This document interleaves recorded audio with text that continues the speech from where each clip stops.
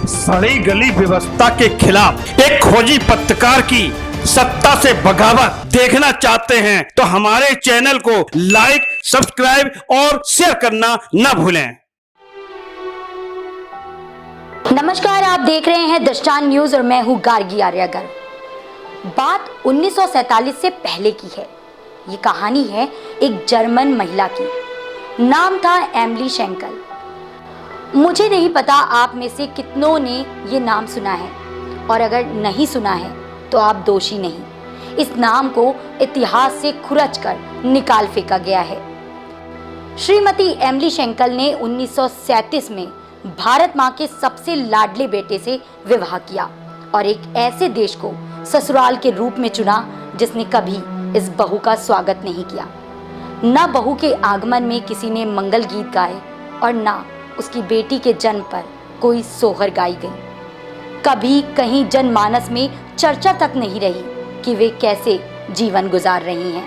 7 साल के कुल वैवाहिक जीवन में सिर्फ 3 साल ही उन्हें अपने पति के साथ रहने का अवसर मिला और उन्हें और नन्ही सी बेटी को छोड़ पति देश के लिए लड़ने चला गया, इस वादे के साथ कि पहले देश को आज़ाद करा लूं, फिर तो सारा जीवन तुम्हारे साथ ही बिताना है। पर ऐसा हुआ नहीं और 1945 में एक कथित विमान दुर्घटना में वो लापता हो गए। उस समय एमिली शेंकल बेहद युवा थी।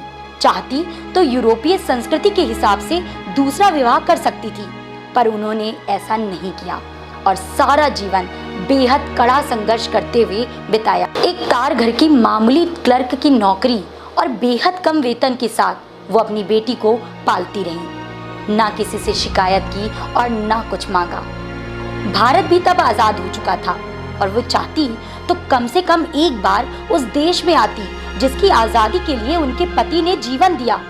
भारत का एक अन्य राजनीतिक परिवार इतना भयभीत था कि इस महिला से कि जिसे सम्मान सहित यहाँ बुलाकर देश की नागरिकता देनी चाहिए थी, उसे कभी भारत का वीजा तक नहीं दिया गया।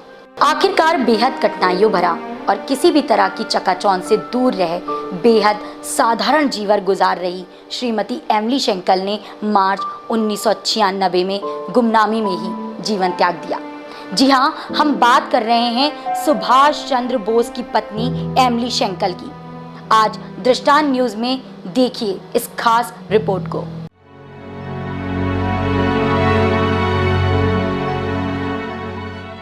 श्रीमती एमिली शेंकल का पूरा नाम था श्रीमती एमिली शेंकल बोस, जो इस देश के सबसे लोकप्रिय जननेता नेताजी सुभाष चंद्र बोस की धर्मपत्नी थी और जिन्हें गांधी कुनबे ने कभी इस देश में पैर नहीं रखने दिया। शायद नेहरू और उनका कुनबा जानता था ये देश इस विदेशी बहू को सर आंखों पर बिठा लेगा। उन्हें एमिली बोस का इस देश में पैर रखना अपनी सत्ता के लिए चुनौती लगा और शायद था भी। ये 1934 का साल था।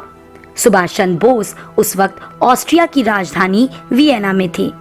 उस वक्त तक उनकी पहचान कांग्रेस के योद्धा के तौर पर होने लगी थी। सविनय अवज्ञा आंदोलन के दौरान देश में बंद सुभाष चंद्र बोस की तबीयत फरवरी 1932 में खराब होने लगी थी। इसके बाद ब्रिटिश सरकार उनको इलाज के लिए यूरोप में भेजने पर मान गई थी।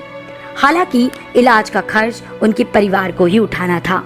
वियना में इलाज कराने के साथ ही उन्होंने तय किया वे यूरोप में रह रहे भारतीय छात्रों को आजादी की लड़ाई के लिए एकजुट करेंगे। 1934 में सुभाष चंद्र बोस ऑस्ट्रिया में अपना इलाज करा रहे थे। इसी दौरान उन्हें एक यूरोपीय प्रकाशक ने द इंडियन स्ट्रगल किताब लिखने का काम सौंपा, जिसके बाद उन्हें एक सहयोगी की जरूरत महसूस हुई जिसे अंग्रेजी के साथ साथ टाइपिंग भी आती हो। बोस के दोस्त डॉक्टर माथुर ने उन्हें 2 लोगों का रेफरेंस दिया। बोस ने दोनों के बारे में मिली जानकारी के आधार पर बेहतर उम्मीदवार को बुलाया। ये दूसरी उम्मीदवार थी 23 साल की एमिली शेंकल। बोस ने इस खूबसूरत ऑस्ट्रियाई युवती को जॉब दे दी। एमिली ने जून 1934 से सुभाष चंद्र बोस के साथ काम करना शुरू कर दिया। 1934 में सुभाष चंद्र बोस 37 साल के थे और इस मुलाकात से पहले उनका सारा ध्यान अपने देश को अंग्रेजों से आजाद करने पर था, लेकिन सुभाष चंद्र बोस को अंदाजा भी नहीं था कि एमिली उनके जीवन में नया तूफान लेकर आ चुकी हैं। सुभाष एमिली को अपनी जीवनी डिक्टेट कराते थे। सुभाष एमिली की ओर आकर्षित हुए और उन दोनों में स्वाभाविक प्रेम हो गया। एमिली के पिता एक प्रसिद्ध पशु चिकित्सक थे। नाजी जर्मनी के सख्त कानूनों को देखते हुए उन दोनों ने सन 1942 में बॉडगास्टिंग नामक स्थान पर हिंदू पद्धति से विवाह रचा लिया। 29 नवंबर 1942 में वियना में एमिली ने एक पुत्री को जन्म दिया। विवाह करके कुछ दिन एमिली के साथ रहने के बाद सुभाष चंद्र बोस वापस हिंदुस्तान लौट गए थे। उसके बाद वे नाजी जर्मनी में पुनः प्रकट हुए और लगभग 3 साल वहां रहे। इसी दौरान वे एमिली से पुनः मिले। सुभाष ने अपनी पुत्री को पहली बार तब देखा जब वह मुश्किल से 4 सप्ताह की थी।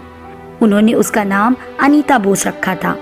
अगस्त 1945 में ताइवान में हुई तथाकथित विमान दुर्घटना में जब सुभाष की मौत हुई, उस समय अनीता पौने 3 साल की थी। एमिली और बोस की एकमात्र जीवित संतान अनीता बोस फॉफ है। सुभाष चंद्र बोस की पत्नी को अपना घर चलाने और बेटी अनीता को पालने के लिए वहां के डाकघर में नौकरी करनी पड़ी। अनीता के अनुसार शेंकल ने सुभाष चंद्र बोस के साथ अपने रिश्तों को कभी सार्वजनिक नहीं किया। वह अपने पति का नाम गुप्त रख कर ही इस दुनिया से चली गईं। अनीता कहती हैं, उनकी मां ने उन्हें बताया था। उनके पिता की मौत की खबर उन्हें रेडियो से मिली थी। अनीता जर्मनी के फॉफ आउग्सबुर्ग जिले की 15,000 आबादी वाले स्टट बेरगन शहर की डिप्टी मेयर रह चुकी हैं।